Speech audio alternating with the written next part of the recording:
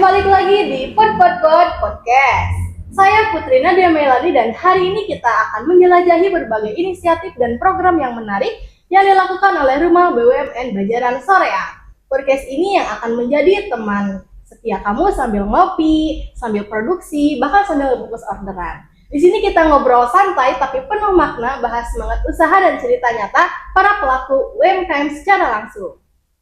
Nah, teman-teman, pada episode kali ini kita bakal bahas salah satu tema yang relatable banget, cocok buat kamu yang mulai usaha, buat kamu yang lagi galau, nunggu momen yang pas buat usaha, atau masih nanya-nanya kepada diri sendiri. Bisa nggak ya aku mulai usaha? Jawabannya, mulai aja dulu. Nah, hari ini kita kedatangan tamu spesial pelaku UMKM inspiratif yang usahanya lahir bukan dari teori, tapi dari keberanian untuk melangkah duluan. Langsung aja, ini dia Ibu Tuti Husmiati. Selamat pagi. Selamat pagi, Ibu. Sehat, Ibu? Alhamdulillah sehat. Boleh dong, Ibu perkenalan ke sobat UMKM dari mulai produk atau tempat beli? Boleh banget. Iya. Halo teman-teman UMKM, khususnya UMKM Kabupaten Bandung. Perkenalkan, nama saya Tuti Husmiati dengan membawa produk kripto atau keripik tulang sapi. Oke, dari mana dulu nih mulainya nih? Mungkin dari nama Instagram Ibu ya. Oke. Boleh dipromosiin saja. Ya. Untuk penjualan saya biasanya menggunakan offline dan online juga. Untuk online biasanya di Facebook juga ada, tapi yang kita yang kita push terus di Instagram, yaitu Instagramnya adalah Crypto Official Bandung, itu untuk nama Instagram. Kalau untuk offline bisa datang ke Kabupaten Bandung, itu di Banjaran. Kebetulan dekat sekali dengan RB Telkom Banjaran Soreang Bandung ini. Untuk nomornya bisa dicatat mungkin sama teman-teman, untuk yang belum tahu ya. Untuk yang udah kenal mungkin pede ya. Untuk yang belum tahu boleh dicatat nomornya 0823 1623 1149. Itu untuk pemesanan via WhatsApp ya. Instagram boleh DM situ, dan itu memang kita gunakan terus karena kebetulan untuk di Instagram kita sudah pemasaran sampai ke Jepang. Dari Instagram juga sekali. Ke Jepang, kemudian Korea juga, Idaho adalah negara bagian dari Amerika Serikat atau USA ya. Itu untuk penjualan yang rutin, yang paling rutin adalah ke Jepang karena mereka permintaannya 4 bulan 5 bulan kita mulai kirim. Masya Allah, sampai ke luar negeri ya Ibu ya? Ya, sudah dari tahun 2020 kita mulai 2020. Iya, itu udah mulai masuk ke COVID ya. Oh iya, COVID. Mungkin itu perkenalannya. Oke. Nah, Ibu bisa Ibu ceritain kepada sobat UMKM tentang bagaimana sih Ibu mulai bisnis ini dari awal? Untuk bisnis ini memang terlahir dari pribadi di rumah ya, pribadi kita. Karena lihat di rumah juga anak-anak seneng ngemil, seneng jajan, terinspirasi gimana nih kalau kita juga sebagai produsen gitu loh. Jadi kita nggak cuma beli ke teman-teman atau ke yang lain, kita juga produsen dari satu produk makanan. Kebetulan karena kita di usaha lain ada di bidang peternakan sapi juga dan rumah potong hewan juga, nah terlahir dari situ. Kenapa enggak gitu? Dari sapi tersebut kita cari untuk bahan cemilan. Tapi berpikir kita ya bisa yang tahan lama ya. Jadi bagaimana caranya kita mengolah sesuatu untuk cemilan yang kering gitu. Akhirnya terpikirlah keripik, karena kalau kita jajan keluar tuh banyak banget kan keripik singkong, keripik macam-macam banyak banget. Saya pengen satu keripik yang belum ada gitu ya? Kompetitor ya. Mungkin yang tantangan juga sih apa nih gitu kan. Pengen enak juga, pengen diakui juga. Betul. Untuk awal-awal sih ya dari satu kegagalan alhamdulillah kita bisa berhasil juga mendapat satu produk keripik kripto ini. Meskipun untuk awal penjualan juga kita masih merasa belum pede. Ya, kenapa? Karena dari cara pengolahan kita, juga pemakaian bahan baku, bahan pilihan, sampai munculkan HPP dan harga jualnya di titik tersebut ya. Jadi harga jual tidak bisa semurah dengan kebanyakan gitulah. Tidak bisa seharga dengan misalkan bisa di harga sejajar nih yang keripik-keripik yang bahan bakunya banyak, dan itu nggak bisa. Memang sudah di situ titiknya. Memang belum pede. Aduh, berasa kemahalan nih gitu. Aduh, mahal gimana ya? Tapi karena konsisten, saya harus menempatkan diri. Ini produk saya nih, ini kripto ada nih. Coba dong. Dengan banyak pengorbanan, kita harus testernya juga. Apapun orang harus kenal nih dengan kripto, harus tahu nih orang nih gitu kan. Akhirnya bisa lah. kripto ada di satu posisi dan bisa dipasarkan juga di Apalagi kita. kan udah sampai go internasional Iya, ya Bu betul. ya. Justru sebelum terkenal bisa dibilang terkenal sebelum kenal di sini, lebih kenal dulu Jepang Oh, gitu. ke Jepang Lebih banyak, dulu, ya. Jadi ya. keluar dulu sebenarnya banyaknya, baru kita banyak kesini gitu. Bahkan dengan apa ya, teman-teman yang di pemerintahan juga bisa dibilang baru kenanya. Justru keluar udah lebih duluan pemasarannya. Masya Gitu. Allah. Hebat sekali ya Sobat UMKM Ibu Tuti ini. Nah, aku pengen tahu nih Bu, apa yang menginspirasikan Ibu untuk terjun di dunia usaha? Inspirasinya ya untuk mengisi waktu tapi menghasilkan cuan ya tentunya. Dan kebetulan memang saya udah nggak kerja, jadi ya kita pengen ngisi waktu juga. Kebetulan di rumah juga banyak waktu. Betul. Daripada terbuang begitu aja. Dan kebetulan ada inspirasi untuk produk, bukan hanya untuk kita makan dan kita cemil. Ya sudahlah, saya coba untuk jualan dari memang tidak bisa, akhirnya bisa juga konsisten, dan terus kita melihat orangnya seperti apa nih, harus seperti apa, apalagi dunia global sekarang ya, Iya, dunia digital sekarang, dan kita bisa belajar dari anak-anak Gen Z mungkin ya untuk dunia digital dan e-commerce dan sebagainya lah.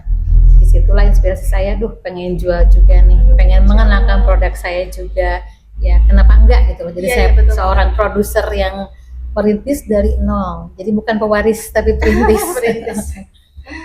Oke, Ibu, ini setiap usaha tuh pasti ada menghadapi tantangan ya, berbagai tantangan. Mungkin dari kan nggak harus jalan lurus gitu ya, ada kurva naik, kurva turun. Nah, menurut Ibu nih, di dalam menjalankan bisnis, nomor 2 seng, jangan di nomor 2 ulang ya. Oke, setiap pengusaha pasti menghadapi berbagai tantangan ya Bu ya dalam menjalankan bisnis. Karena ada naik, ada turun, kurvanya tuh kan pada tahun 2019 mungkin naik, 2020 turun. Nah, menurut Ibu nih, apa aja sih tantangan terbesar yang pernah Ibu hadapi selama menjalankan bisnis tersebut, bisnis kripto? Selama Ibu terjun ya, mulai dari berdiri itu tahun 2018, anggap berdiri 2018 karena saat itu memang jadinya nih keripik terjual gitu saat itu 2018.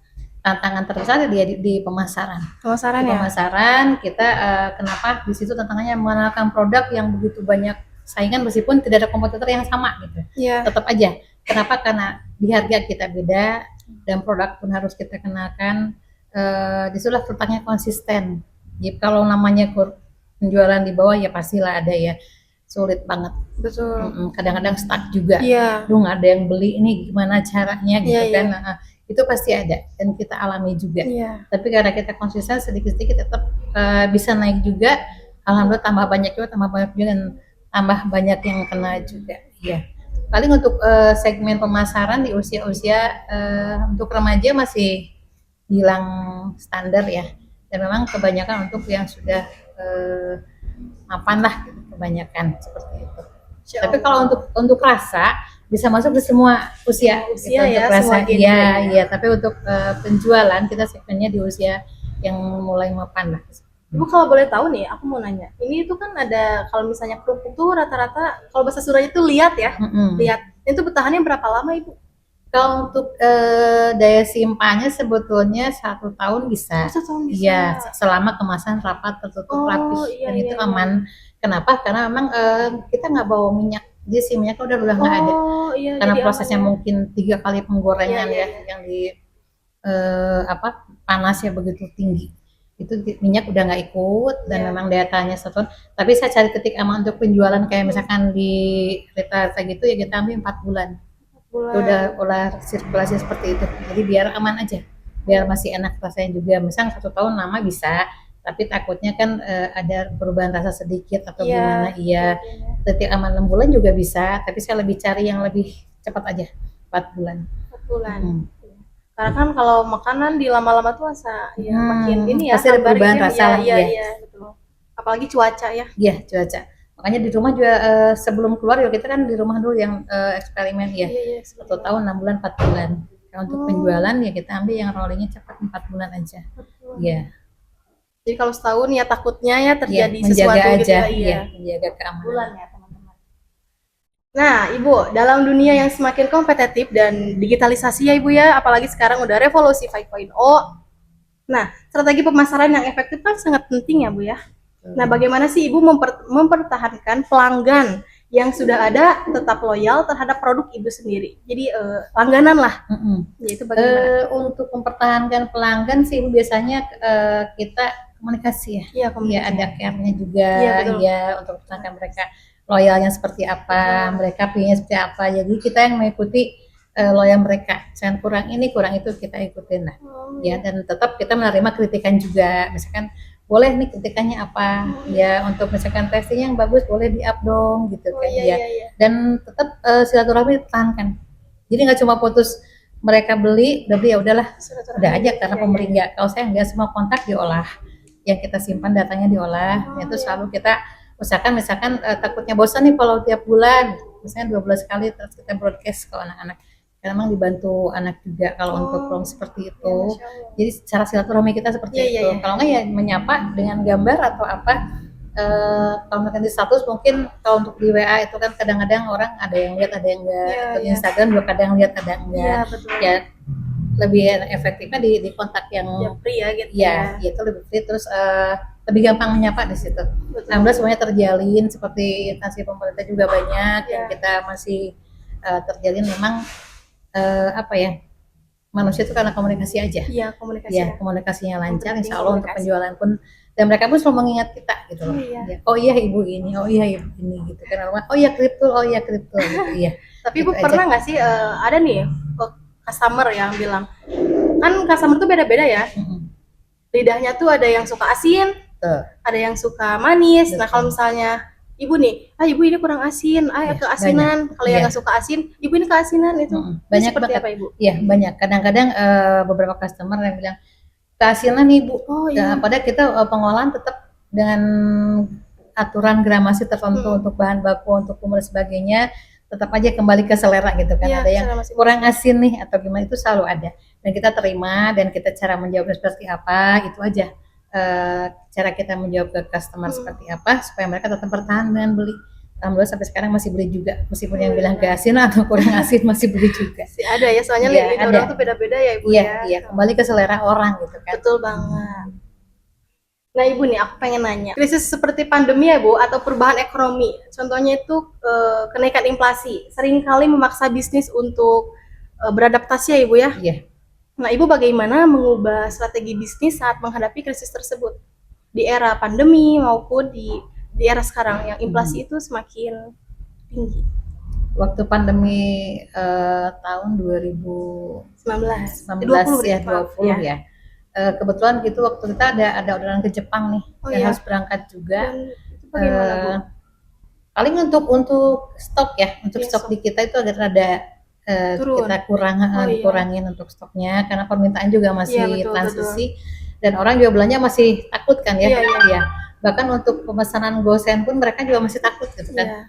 Jadi otomatis kita mengurangi stok aja untuk menjaga kualitas bahan baku. Tapi untuk yang ke Jepang karena memang satu udah deal, itu aja kita prioritaskan. Meskipun pemesanan pesawatnya lama banget. Iya. Yang lockdown ya dulu. Iya lockdown iya. Kebetulan untuk ke Jepang tidak ada apa ya neko-neko lah. Karena kita udah deal nunggu pesawat 3 hari. Harusnya biasa 3 hari nyampe, ini sampai seminggu baru nyampe di lokasi ke Jepang. Dan alhamdulillah di BA juga aman. Akhirnya nyampe ke TKP dengan selamat untuk ke Jepang. Untuk Indonesia sendiri ya seperti itu, kita mengurangi stok dulu. Karena permintaan juga otomatis berkurang. Karena masih orang-orang kan masih transisi meskipun pakai gosen, pengamanan massal sebagainya masih takut pegang-pegang orang kan. Ya alhamdulillah bisa diatasi lah berangsur meskipun bertambah lagi, mulai bertambah gitu kan. Ya, tapi semua mengalami juga down di situ ya. Dan drastis banget.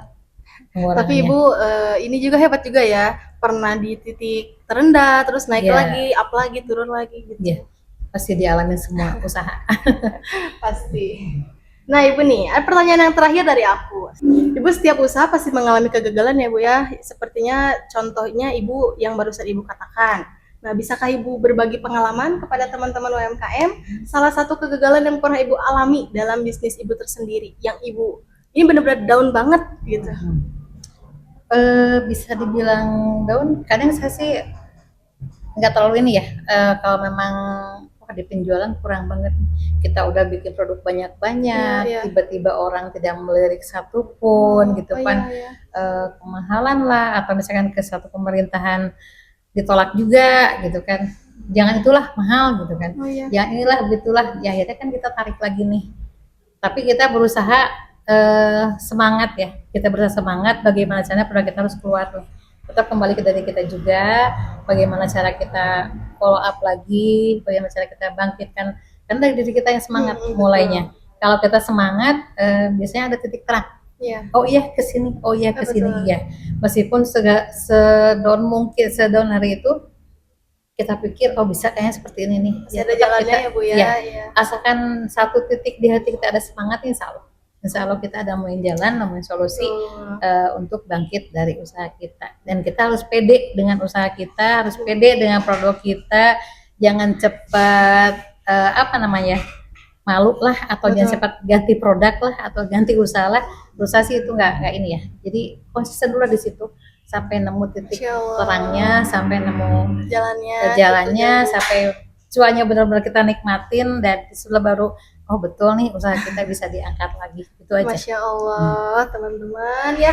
Makanya mulai aja dulu. Kalau bingung mau usaha ya mulai aja dulu seperti Ibu Tuti.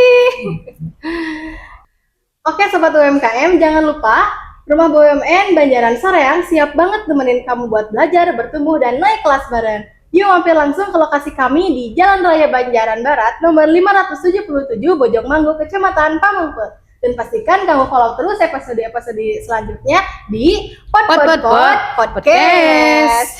People on Discussion with Rumah BUMN Banjaran Soreang, karena masih banyak banget kisah inspiratif dari pelaku UMKM hebat lainnya. Jangan lupa like, comment, dan subscribe. Sampai jumpa di episode berikutnya. See you. Terima kasih Udah Ibu. ya. Iya, sama-sama. Iya.